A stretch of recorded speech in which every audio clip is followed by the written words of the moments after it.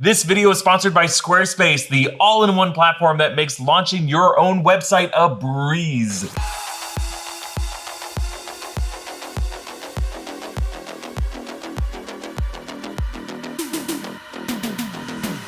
Welcome back to the Breakroom. Peacemaker Season 2, Episode 1 showed a lot. And we're here to talk about all the bits, all the pieces, and answer all of your questions about the future of the show, the future of the DCEU, and the future of Full Frontal on HBO. It's never going away, baby. I'm John Costa. Joining me today, he's been walking around in his tidy whities through interdimensional dimensions all day. It's Zach Huddleston. There's never been a TV character I've related to more than that soft little white boy just I love him. Dancing I love him. He's my favorite character of the episode. And she didn't say good morning to me when she threw her dead cat in the garbage can. It's Jessica Clemons. First off, my cat's not dead. She's very much alive. Still very much a bitch. Man, what a fun first episode. Peacemaker is back. Excited to talk to you guys about this first episode. All of the retcons, all of the future storytelling, all of our little guesses and quips and all this kind of fun stuff. So let's just get into it. Yes. Off the jump, we get a previously on that changes a lot.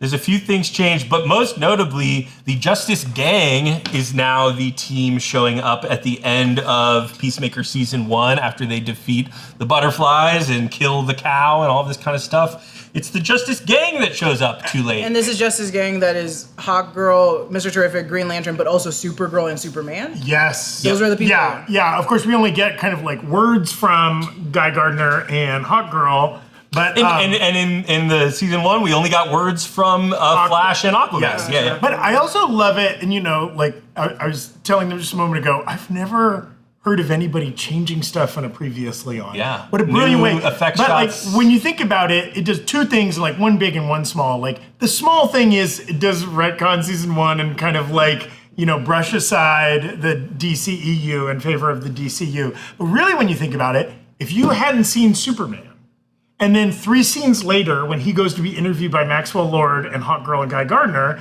you might be, who the hell are these people? But this short clip gives you a little context of these characters have interacted before and maybe kind of shows you like who they are, which like we've all seen Superman, we knew who they were anyways, but like there might be a chunk of the audience that was a really helpful clip to give them. Sure. I mean, and they do bring it into the story. Peacemaker later in the episode says he's met he's met Guy Gardner before. Yeah. But he, is that considered meeting? Probably to Peacemaker, yes. Okay, then we get our first kind of scene in the episode. Eagly is waking Peacemaker up. We learn that Peacemaker is now living in his dad's old house, so he has access to this sort of like dimensional pocket reality space. I can't remember exactly what they call, and that is a big setup for the future of the episode. We see it a few more times, and of course the episode ends in dramatic fashion in that room. I don't know. What do you guys make of sort of the new lives of we get kind of vignettes into the new lives of all of these people? Very quickly, and maybe someone in the chat has to comment this because I didn't rewatch the first season of Peacemaker recently. I just went to the second season. Did he always say to those children, did he always mention Kite Man was the person that he defeated? Yes. He did in the first season too? Season, okay, I was like, I thought yes. that was added in too because Kite Man's just a big part of the DCU now. Okay, that makes sense. Thank you. And calls and refers to her Canadian tuxedo. Oh yeah, I remember the Canadian tuxedo part because I remember being like, "That's cute." But I was like, "Oh, did he always say Kite Man? Is it only because Kite Man now has his own spin-off show that they put Kite Man in there?" And I would love to see a live action. So it is interesting that is a clip they chose to put in the previous layer. It is, yeah. Yeah, maybe that does hint at.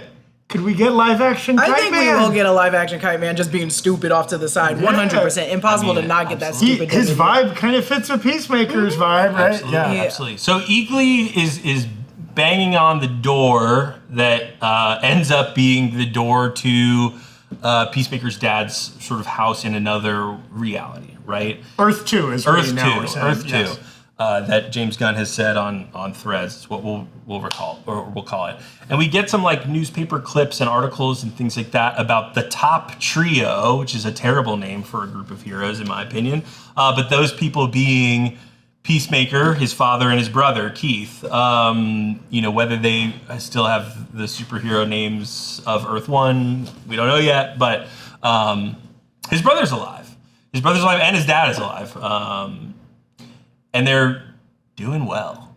Seem to be getting along, seem to be thriving. That's a great point, John. I hadn't thought about how terrible a name Top Trio is. It's not good. Like, why not the Trio Terrific? Why not? There's 1,000 things you could call I think he refers to them later as the Three Amigos. Like, maybe there's a copyright issue there or something. Or the dad's still racist. Doesn't want to be. Doesn't want to use Spanish, yeah. Also possible. But one of the things I want to ask you guys, Eagly is the one that kind of brings Peacemaker over there. And it is a different dimension, and maybe, different animals can pick up on different scents and things like that. And maybe it's just smelling something familiar. Do you think that there's anything like connecting Eagly to this universe in particular? Or, because the Peacemaker's dad, again, I can't remember his name. I'm so sorry. Augie is his first name. Okay, yes. Augie was keeping an eye on Eagly when Peacemaker was in prison for all that time. I wonder if this is a different Eagle and Kind of Eagly died. like the ending of Us, right? Like, this is the Earth to Right. Eagly the whole time. That'd be Yes. so shitty. I think even if that was the case, it's still just like an animal instinct to be like, hey, there's something think weird you're happening here. Let me lead you the way. And I can see James Gunn just making that as the like tether. Yes. It's like, oh, how will he be interested in this door? Let's just have the dog go over there. We have. Sorry, go ahead. Oh, no, go ahead. I was just gonna say, I love that, like, is it called quantum untangling unit or something like that? Whatever the weird dimensional vortex. But it's like a public storage unit place where everybody only gets like 8 square feet, and then there's another door. It's a little bit like Monsters Inc., where there's just doors and everywhere. there's no walls, and like you might see a six-head guy pop out of a door, or like your alternate, not dead brother and father are popping out of another door not that far away. What a strange world it is. Yeah. So after the new intro sequence, which fans of the Breakroom have heard me complain about season 1's intro sequence before, because I'm afraid of their dancing with their straight faces and their weird arms out to the side. More of that. Also, how did you feel about the human dog pile at the end? I thought it was kind of cute. Oh, that was fine. I like the first season's one dances more. He did talk about in an interview about just how hard it was to get some people to dance, because they were like, the returners were like, yeah, we're gonna do the dance, and the new people were like, oh, what dance? Like, what are we doing? And I was like, oh yeah, a lot of them probably are not like dancers, and they are like, this is a stupid little dance I have to do. So I was like, and I think it kind of showed through with some of them. I was like, they don't want to be here, and they don't want to know what this dance is. And I just love the first one seemed more fun and a lot more little sequence. Well, I do. I appreciate that they redid it. Yes. And I like that however many seasons of the show we'll get that many different versions of this. I don't like the song as much. I don't like the song as much either. I think the first season song was better. I love James Gunn, but his choice in music, I know that it hits for everyone else. I'm like, wow, it'd be great to get some rap in.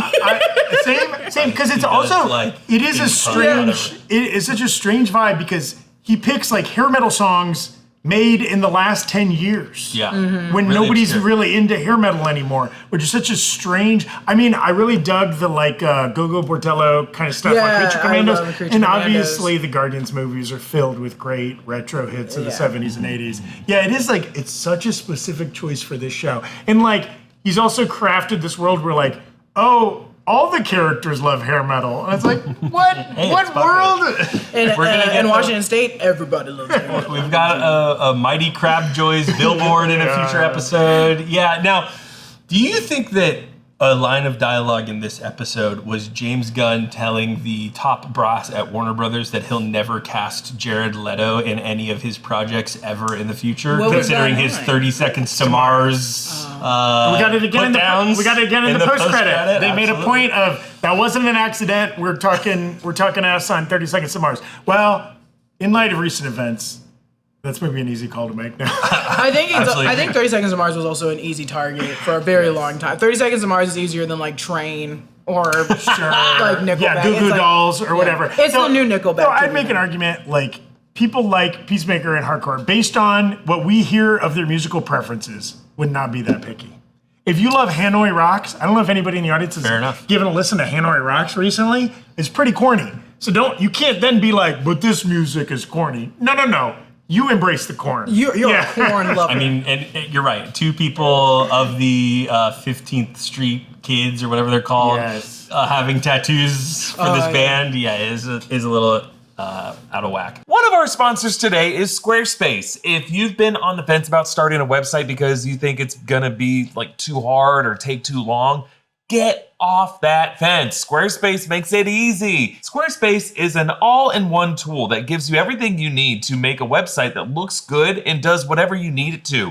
If you're selling goods or services, Squarespace can help you untangle digital payment platforms with just a few clicks, making it easy to start receiving payments right away using popular payment methods like Apple Pay, ACH, Direct Debit, Klarna, and more. And if you're not a graphic designer, don't worry. Squarespace's design intelligence tool makes it so easy to get your website looking just right. It combines 2 decades of industry-leading design expertise with cutting-edge AI technology.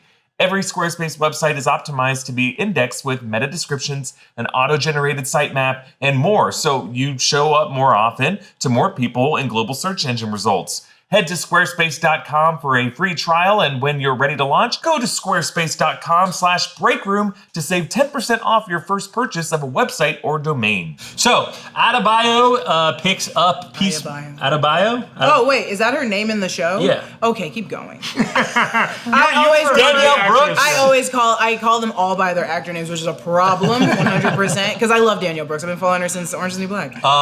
She picks up Peacemaker. Good to see that they're still... Don't let me correct you again. I did it the first time and you let me do it. Yeah, you know.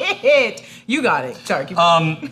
Nice to see that they're still friends, right? Yes. Obviously, at the end of season 1, she had planted this diary in Peacemaker's mobile home, and it led to a lot of mistrust there. But it's great. That was one of my favorite friendships in season 1.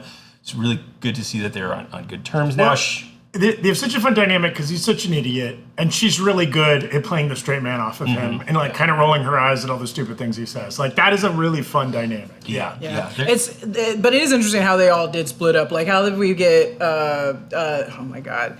Economos. Economos. I almost said Steve Agee. I was going to say Diebeard. Yeah, how do we get Steve Agee and Vigilante together, and then we got her and John Cena, and Peacemaker. Like, why did they split up in that way? I guess no, because he hated Vigilante. He, like, in the first season, he was like, this guy's annoying and he's killing people. It is interesting the fractures they've chosen. I mean, and that's, as you pointed out when you were talking earlier, that's so that they could eventually reform, right? Yeah. They can't stay. Which I'm very excited for. They can't stay apart too long. That's like always the downfall for a TV show is when you split them up for the entire damn season. We're like, Scooby-Doo gang works better together when they come back at the end. You want to see all these guys bouncing off of each other and all that kind of stuff. 100. So even though they kind of do it with phone calls and things like that, this episode, I'm very excited to see them all together. But Adebayo drives Chris to this sort of weird strip mall where Maxwell Lord and some of the Justice Gang are doing auditions for the Justice Gang, and we see White Rabbit, or who we assume is probably the DC character White Rabbit, running out crying because she heard some comments about her camel toe in that audition. Yeah, shitty thing to do, guy. even if your mic is off. Maybe don't do that. Yeah, maybe take the training, Guy Gardner. Okay, have you heard of HR? Justice League has training like that. They should. They can get sued. That's her villain origin story, is her camel toe. You know, but that's where she starts. To your Kite Man point, I think that there's totally room for all of these DC people to kind of just come in for 2 shots or whatever. But that's like the crazy part is like, that's a hero team.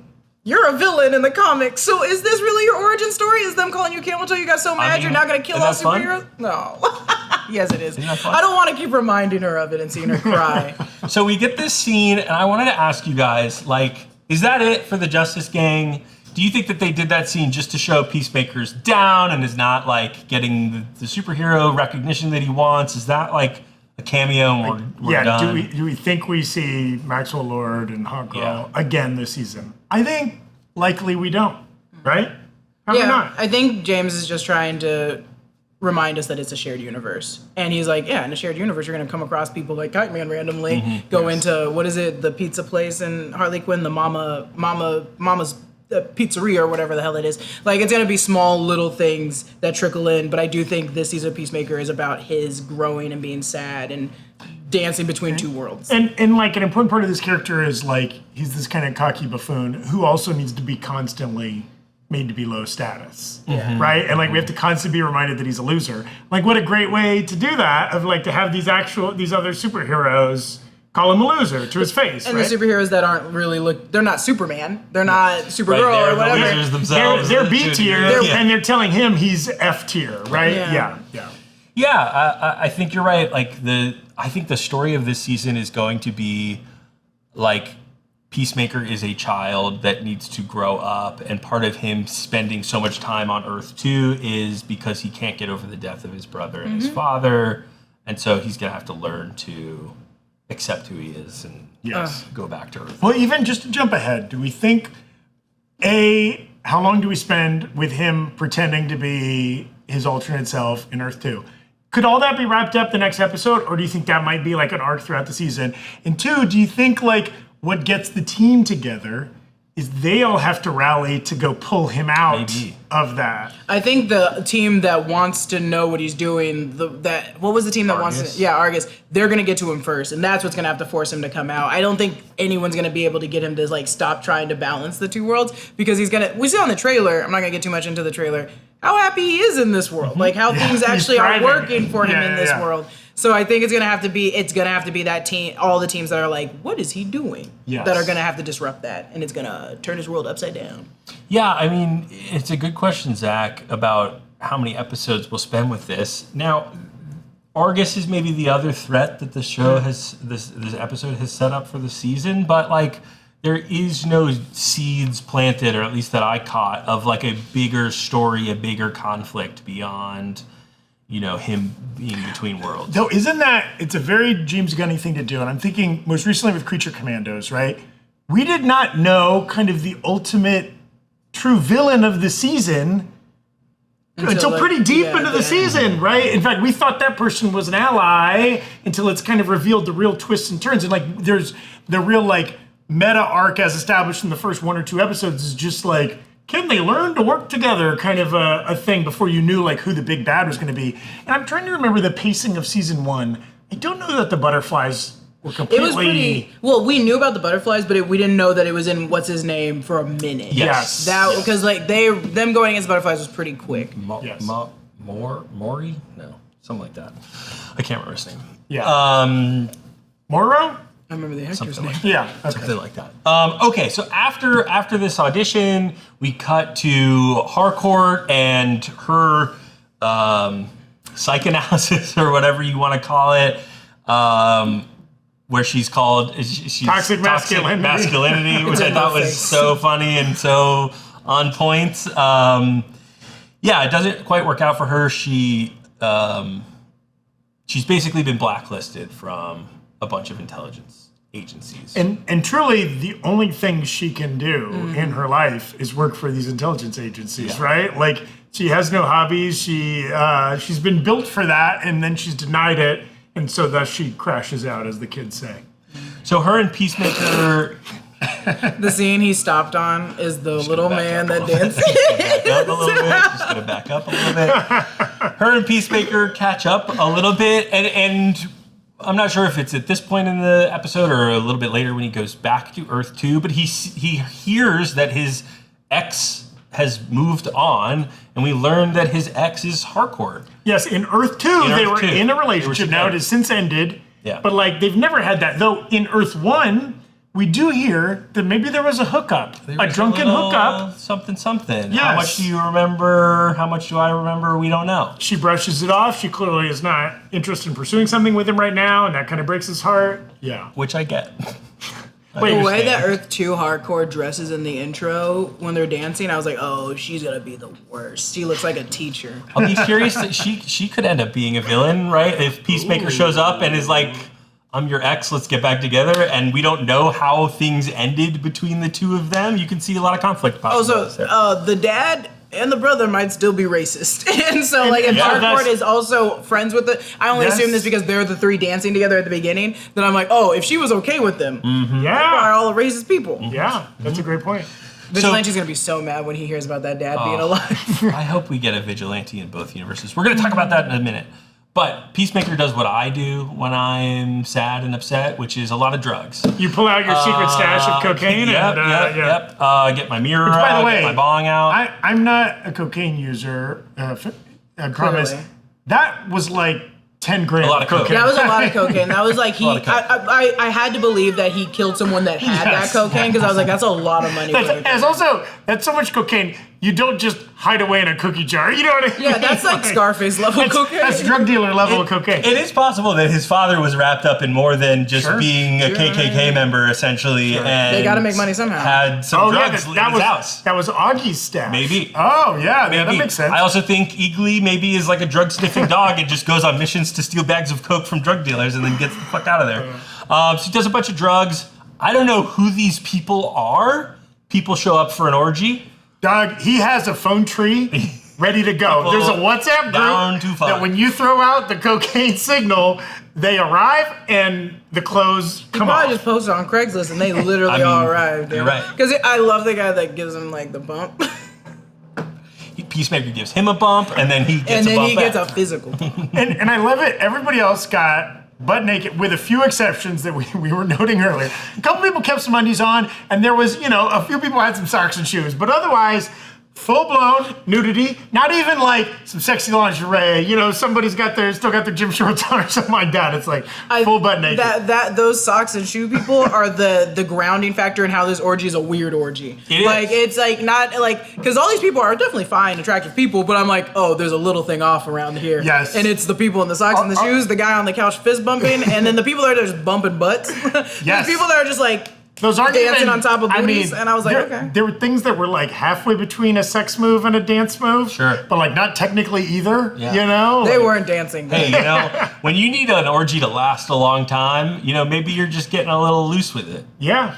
Now, I'm sure this happens. I'm not a part of the group sex community, but I'm Yet? sure. Yep. Don't knock it till you I'm try. sure it happens where you get invited over to some person's house for an orgy, and they're fully clothed, sitting on the couch, watching everyone. Like Not that's even- a kink. I'm sure people have. Not even enjoying. Oh, really? Not Really even enjoying it. straight? He's out of it. He's not looking at anyone. He's looking down at the table. But can you imagine being like, okay, I guess everyone's fucking, and the guy who invited us all over is just like sad in the corner. I guess we're to assume, like, dramatically in that moment, that, like, he's like, okay, I am very sad right now because my life's not going well. I got rejected professionally. I got rejected personally. My dad and my brother are dead, both of which I killed. What might make me feel better? Bunch of blow, big orgy. Yeah. Neither It doesn't work. And so he's even more depressed now, Yeah. right? I think that's also nice to know is the fact, and I don't think this means anything, but the fact that probably isn't Peacemaker's first time. This is his normal tradition. Oh, yeah. Anytime he gets sad, Oh, yeah. is to have an orgy, and he probably engages in it. It's just different this time because he's just so sad, and we're watching as the viewers. So I'm like, oh, this is his normal MO. There will probably be a future where like, if we see a new character, they're like, oh yeah, I go to his orgies. Like Yes. people are gonna be like, yeah, he does this all the time because he's probably sad all the time. And- Superman, famously from season 1, is a poo. No, that's a scurrilous rumor, John. But even the first episode of the first season, is him hooking up with the girl that turns out to be a Yes, the butterfly, butterfly. right? Like, so it's like, I do like that, like, we start every season with weird sex scenarios with Peacemaker. Sure. Yeah. Yeah, and to your point about him, maybe it was your point about him like doing drugs and having an orgy because that's the stuff that normally picks him up, and it doesn't work. He does then wander over to the door because he thinks maybe I'll be happy if I get to see my brother and my father. You know what that is? That's all of us. After a night of partying that doesn't make us feel better, that phone comes out, that ex's number gets Yeah. pulled up. You know what I mean? You maybe send a text you shouldn't It's send. 2:30 in the morning. I'm like, "Ooh, I'm sorry. I should have got you McDonald's when I had it. I shouldn't have got mad that I shared those fries. Girl, come back."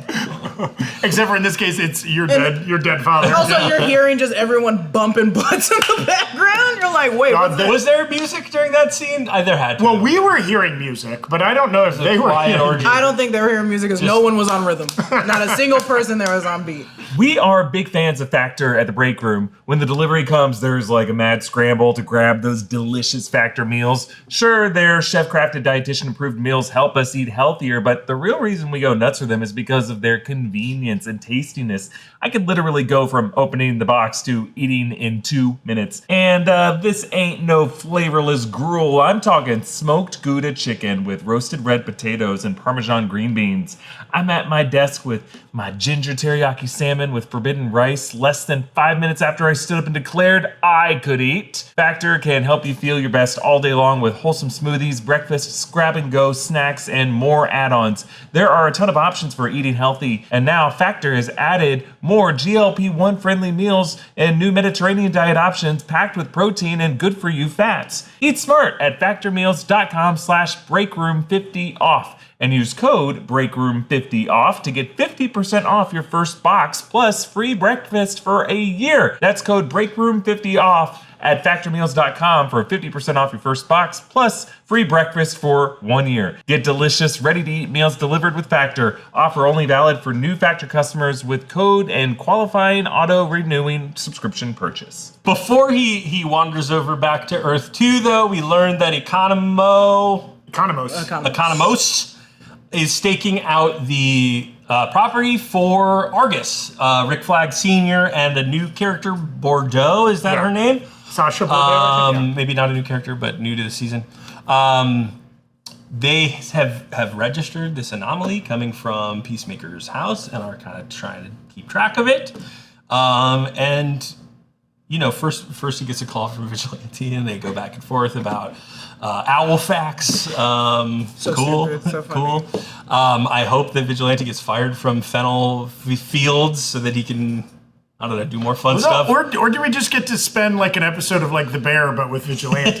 You know, just him It's the working front in the of house restaurant. version of the Bear, for sure.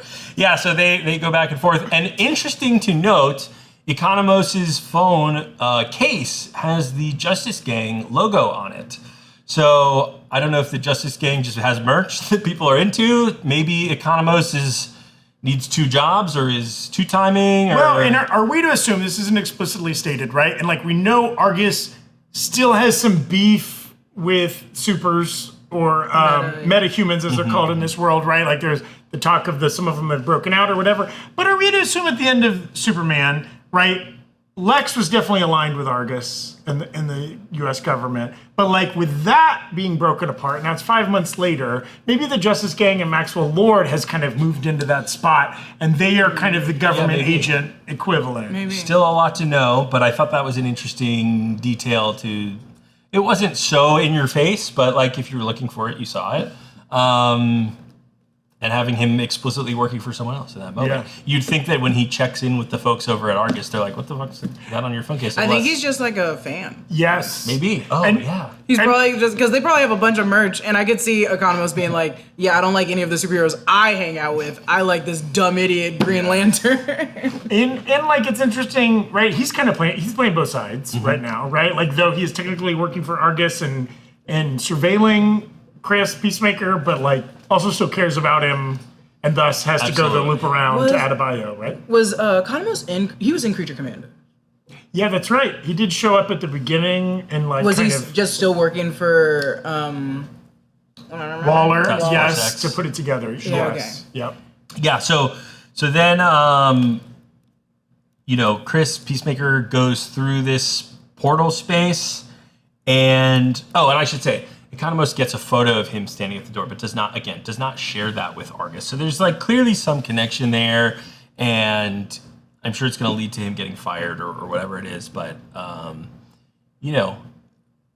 what a difficult job to say yes to. You're going to surveil your friend, but then also hold back information from the people that got fired. And also is there a little bit like, yes, I want that gig so that nobody else takes that gig. Sure. Right? I mean, what a beautiful act of friendship that might be, especially to someone who has bullied and harassed you for an entire season of TV. He said it to her, and he was like, "Yeah, you're doing all these things with him. I want to help." And then she said, "Yeah, you're best friends with," and he was like, "I wouldn't say all that. I wouldn't say that much."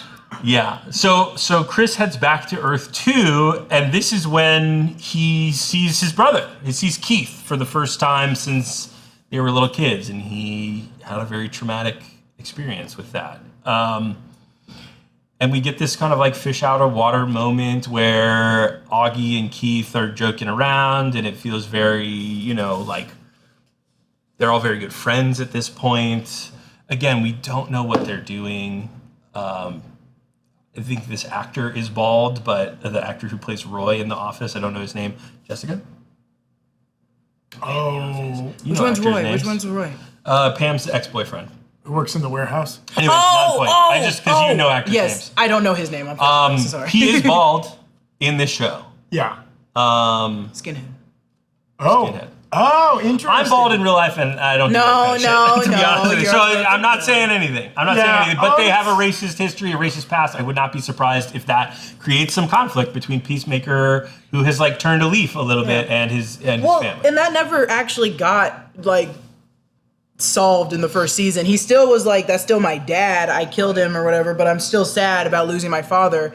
And it was just, that was like such a huge conflict that never got resolved, of like recognizing, yeah, this man raised you, he's a bad person, you still love him deep down, but he's also a racist and a horrible monster man. And now I'm like, I think that's why they're also enforcing the fact that him and Danielle Brooks are really close friends. Right. They're working together. Because if she goes in that room, they're gonna be like, get the hell out.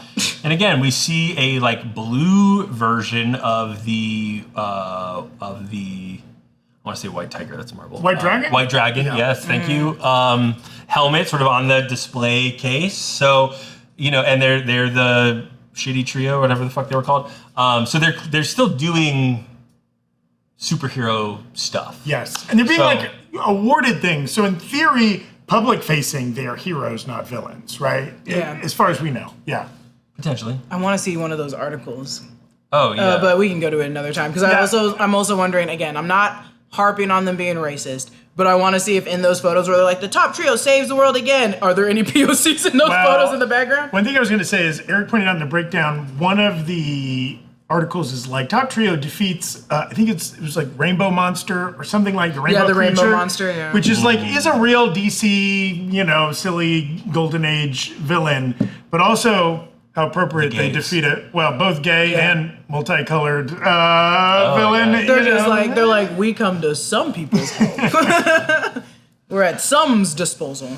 So then we cut back to Earth 1 and see Harcourt doing a Harcourt thing, which is sort of like going to a bar she probably knows she's going to get harassed at so that she can punch and kick and all this kind of Yes. stuff. And she punches and kicks the shit out of some people. It's very cool. That's great. But of course, there's a lot of them and there's only one of her, so she gets the shit kicked out of her. I gotta say, I don't know that I totally vibed with the Harcourt character season 1.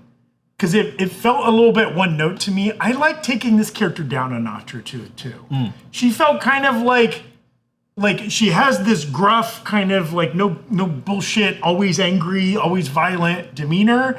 And so I like just seeing some other side, maybe give that character a little bit of depression, give that character a little bit of rejection or whatever. Oh, yeah. Kind of rounds out those really hard edges just a little bit for me. And she can stay angry and violent, that's fine. But like, I like this. I think asking like what makes these characters this way is a really good question to be answering in the season, because we're seeing like, oh, clearly your anger stems from something, and she's like, no, it doesn't, and it's like, okay, we need to talk about it. Same with like Peacemaker being like, clearly you're in love with your family still. Like we need to cross that barrier of mourning for your brother that you think you caused and you didn't. And then I think we're gonna get into that with Danielle Brooks' character too, as her partner left her. She's literally alone. She has no Yes. job. She can't get a job. She only has Peacemaker. Everybody's sad and everybody's single at the beginning of this season. I think that that's going to be the theme of the season, is like they are each other's family. Adebayo, she got kicked out by her partner. Her mother is a piece of shit. Same thing with Peacemaker, right? He can't find a romantic connection.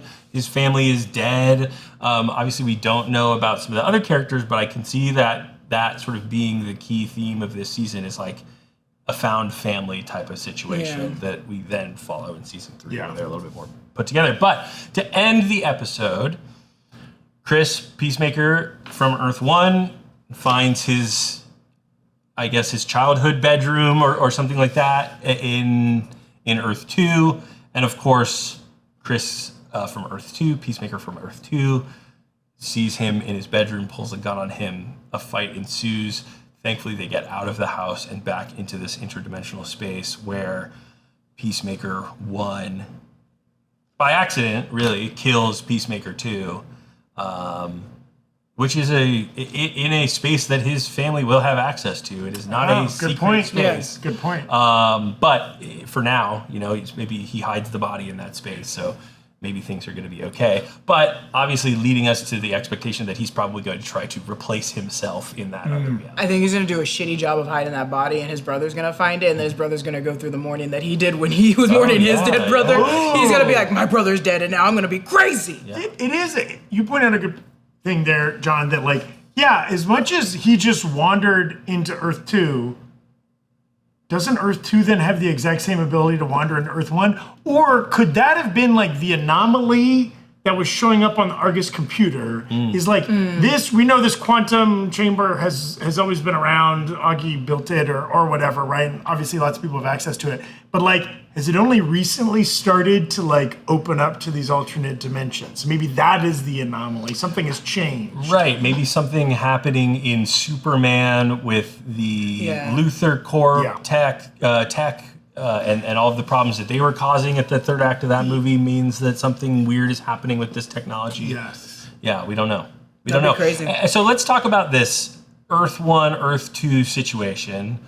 Because something we were talking about before the show is like now anyone that is dead from Earth 1 can potentially reappear in this show. Notably, Zach, you mentioned Rick Flag Jr. Yeah, so there's a key line there when Peacemaker is in Earth 2 where his brother says like, oh, how are things with the ex? I know she's still with that jarhead, right? Or whatever. So, and we know later from seeing the photo of Peacemaker and Harcourt together, happy from Earth 2. So the ex, we assume, is Harcourt. She's dating somebody new.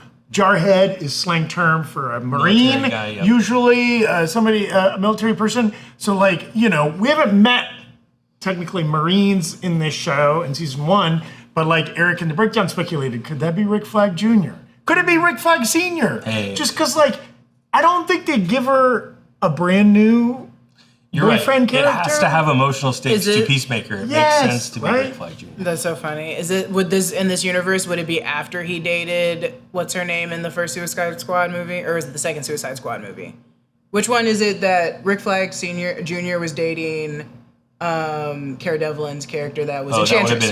That would have been in the first one. Season First 1. Oh yeah. I wonder if that's movie even that I have not watched. Oh my god, I kind of liked her a lot in it, but I don't think they're gonna make that even canon. Period. They don't want to talk about that Suicide Squad. That's like that was an offshoot of a thing they've already erased, right? Yeah.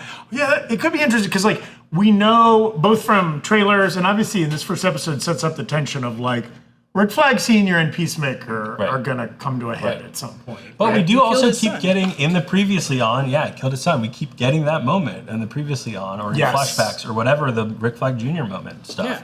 And that actor, he's getting paid for those appearances in the previously on episodes. Frank so. Grillo. That guy. Oh, yeah. I don't remember that actor. Joel Kinnaman. Oh, Yes. okay, yeah. So, he could definitely show up. Lots of dead sons, dude. Lots of dead sons. Lots of dead sons and father's mourning, and brother's mourning. Anything else you guys wanted to talk about, or should we dive into some of the chat questions? I think we're gonna dive into Let's the get into the chat. They probably are thinking of the same stuff we're thinking. Question for later. This is a question on Twitch from SP Bat. They say, who do y'all think is the big spoilery cameo / character at the end of the show? We just talked about one potential cameo that could happen. Yes, and James Gunn has done interviews. Can you believe James Gunn has done interviews? Where he's talked about like the last couple episodes of this show are so crazy, wild, could be potentially spoilered. Like how many? Inside Baseball, we got 5 episodes in advance of this. And it's an 8-episode season, I believe. Yes, so potentially episode 6 or 6, 7, and 8 could have this. Yes. So like, do we get a David Corn sweat? Mm-hmm. Do we get Eric was speculating in the breakdown. Do we get like? It'd be wild if we get Aaron Pierre from the upcoming Lantern show. That would be nuts to kind of lead into that. Yeah. When did they? Because they did those pickups, I assume, on Superman for Hawkgirl and Green Lantern. Would it be someone else from the Superman movie that they could have just done a pickup? Jimmy Olsen would be fun. Oh my God, it could be Jimmy They're in Olsen. Washington, obviously, and that's true. And Metropolis is near Kansas, I think, in this I mean, universe. could we go back to Belle Reeve though. At some point, they did drop a line that said a bunch of people were escaping, right? Yes. So also, Lex Luthor is probably there. Yeah. Do we get a Nicholas Holt? Do you think he might make it? I don't think it's a big cameo, but if they are just trying to keep them together with Waller, it could just be Amanda Waller being that cameo for her show. Yeah, I mean that would make maybe the most sense. Although maybe not as exciting because she's been in this show before and all that kind of stuff. Yeah, I mean, truly unlimited possibilities. We also it could even be a DC character. Yes. That as of yet uncast. Yeah, right. Like we don't know. It's just Wonder Woman just shows up. That'd be awesome. I'd be like, get her out of here. Get her in a movie. Hurry. I mean, he can do it. If anybody can do it, James Gunn has full control, right? His hands are on the wheel. He can do whatever he wants. Him and Supergirl doing lines. I mean, their metabolism. Marky Mark 9520 says, what do you guys think of Mr. Terrific was up to during the interview? He wasn't there. Yeah, that's a good question. Eddie Was he unavailable? is a busy actor. Was probably in Romania shooting Well, that's something. a good question. It's like, yes, the Justice Gang from Superman, the movie, that it was the three of them plus Maxwell Lord being the sort of ringleader or whatever. Are there more members of the Justice Gang that we don't maybe know about? I think it's just those three. Because they were changing. Was it the bus station? What was it before they started turning into their headquarters?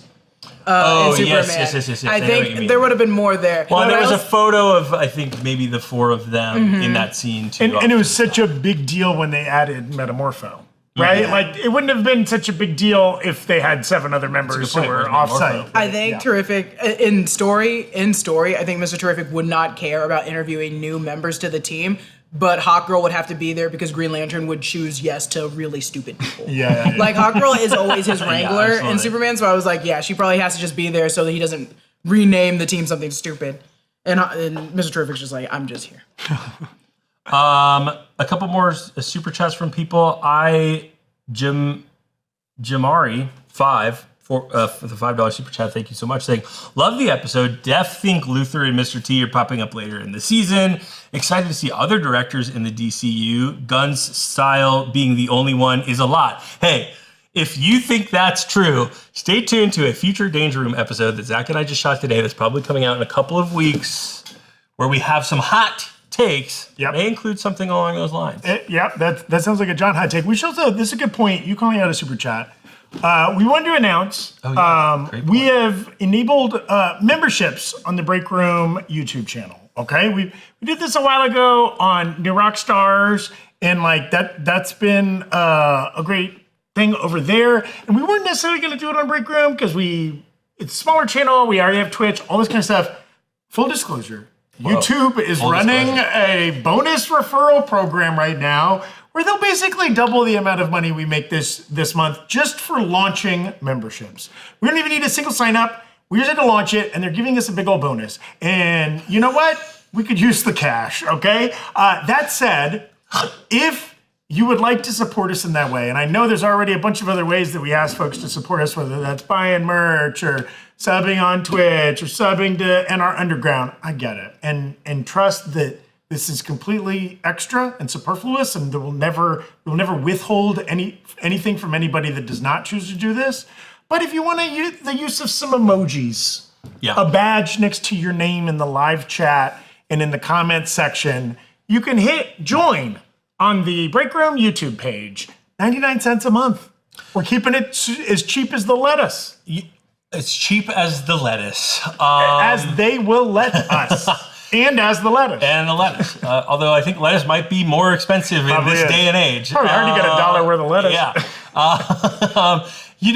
Zach, Mr. Honesty over here, John, Mr. Spin over here. We know that a lot of you guys like watching us on YouTube anyways, more than Twitch.